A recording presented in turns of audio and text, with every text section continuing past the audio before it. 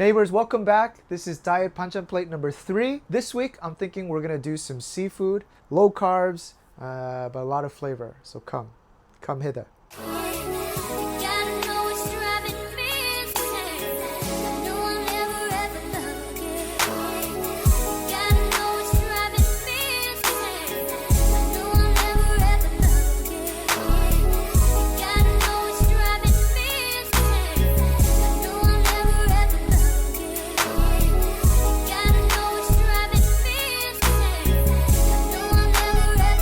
Ladies and gentlemen, we're going to start off with one of our OG recipes. It's spicy Korean cucumber salad. In Korea, our cucumbers, they have little pimples, and then just take off those ridges. Now, don't do this and strip off a whole layer because we want some of the green on the outside. It makes the dish look nice. And then we're going to do about a 1/2 inch circles. How many of you guys have actually tried this recipe? Use kosher or grain salt, like 3 good pinches.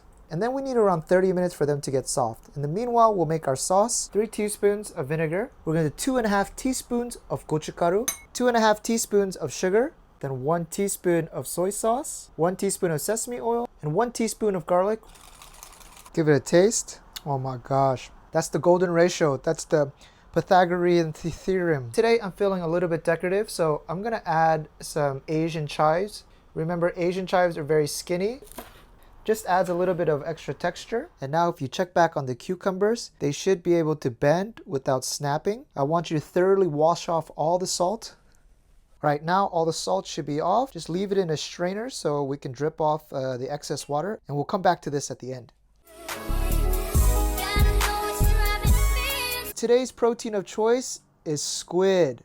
For every 3 ounces, there's 13 grams of protein in this little sucker. Look at those eyes. This one is very fresh. I'm not sure how big the squid in your local area are, but ours is roughly the size of your hand. Now, everybody knows how good calamari is. It's battered, deep fried. I mean, just amazing. But Koreans, we love to eat it straight. No, not raw, but we like to blanch it in some water. You cut it up into small rings, and all you need is some gochujang. But luckily, this kimchi cucumber salad we're making, that's perfect. You can simply reach in with your hands. It should come out like that. You know what? I'll clean it over at the sink. Long story short, you just want to pull everything out from the inside of that tube. This part, they're tentacles. They have little suction cups. It's their toenails. Just rub your thumb against it and they'll come off. Do that for each leg. Now, of course, you can buy just chopped up calamari, but if you're going to eat it blanched like this, you really want to go with something fresh. The tentacle parts, these are actually my favorite part. All we need to do is just cut off this head part. Inside, you'll see the beak. Just pop that out. You don't want to be eating on that. In fact, just take out that whole piece, the mouthpiece right there. And I always chop off the tip. Again, they're dancing on the sea floor. All right, the 2 part you should be familiar with is just calamari rings. Oh my gosh, I just had a brain fart. I thought we were going to make calamari. We got to blanch this. Stop cutting. And if you want to make the presentation look beautiful, it's nice to have this 2 part all white and then these legs to have some color. In order to do that, you can just pat this down very dry. Then just use your hands and just get a small lift. Then once you have that, use a paper towel. All right, and it should come off like that, very easy. If you're just cooking for yourself, just leave the skin on. It makes no difference in taste. And then very simply, just bring a pot of water up to boil. Faint smell of the seafood in the octopus. To get rid of that, maybe a tablespoon of vinegar. And then a dash of mirin as well. I'm gonna add this in. And we're gonna boil it in between 30 seconds and a minute. This goes very quickly, 45 seconds. I think that's good enough. All right, and there's our Korean style calamari. Then just cut it into rings now. And then you get that contrasting color. That's it. And that's ready to eat, I'm telling you. Just that chewing texture itself is just amazing. We've shown you spicy braised tofu, but this is just a simpler way. I think Korean tofu, we've mastered the art of this. I've tried like a tofu from Trader Joe's, and I'm telling you, it's a different ball game. Conversely, it's like buying cheese in Korea. Ooh, terrible. I don't think we've mastered how to make cows happy. Let's give it one more chop. Oh, and you know what? I'll give you one tip. When you go to a Korean market, there's a lot of different varieties of tofu. Normally, they fall into 2 categories. One is Muchim tubu. Muchim means for pan frying. And then the other one is jjigae. Jjigae means soup. So ask for Muchim tubu. And how is the texture? It's 단단한, which means firm.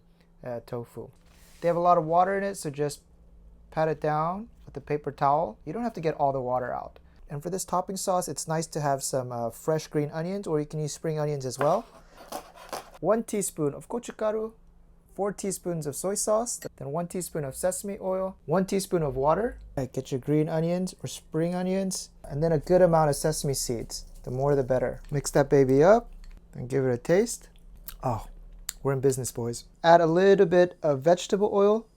In Korea, if you pan-fry tofu, most people always use perilla-oil. Add the two because the perilla-oil is going to burn easily. And you can smell that perilla-oil coming up. Move it around so you know it's not stuck to the bottom of the pan. Seriously, if you haven't tried tofu before, try eating Korean tofu and you'll see why we eat it as protein all the time. I'm going to flip each one over. If you like the flavor of that Korean tofu, there's so many different recipes out there. So try each one out. Spicy one. All right, and then once both sides are good, put them down on a paper towel, draw out the extra oil. Cabbage. Got a piece of green cabbage here. Measure to the first crease in your thumb. I think that should be a good enough length. Chop. Chop. All right, then maybe one more chop. And then one thing we like to put in kimbap are these imitation crab. If you want to use the real one, go right ahead. We're going to just shred this. Yeah, it's pretty amazing how they nailed down the texture of this too. Just give this a quick wash. We want the cabbage to have a little bit of water droplets on them. Let's get this on a medium-high heat. Hit it with a little bit of oil. We'll put our cabbage in first. Get a good amount of black pepper on here. And 2 cloves of garlic. And mash that in. Mix it around. You'll see this start to sweat. Put our crab in. Few dashes of oyster sauce. Not too much. Maybe a tablespoon or a tablespoon and a half. Add in some green onions. Then it's simple as that. Give it a shot. Guys, amazing. That oyster sauce mixes in with the natural juices of the cabbage. And then I think the star of the show is that baked crab. It just makes you feel like you're having an expensive dish at a restaurant.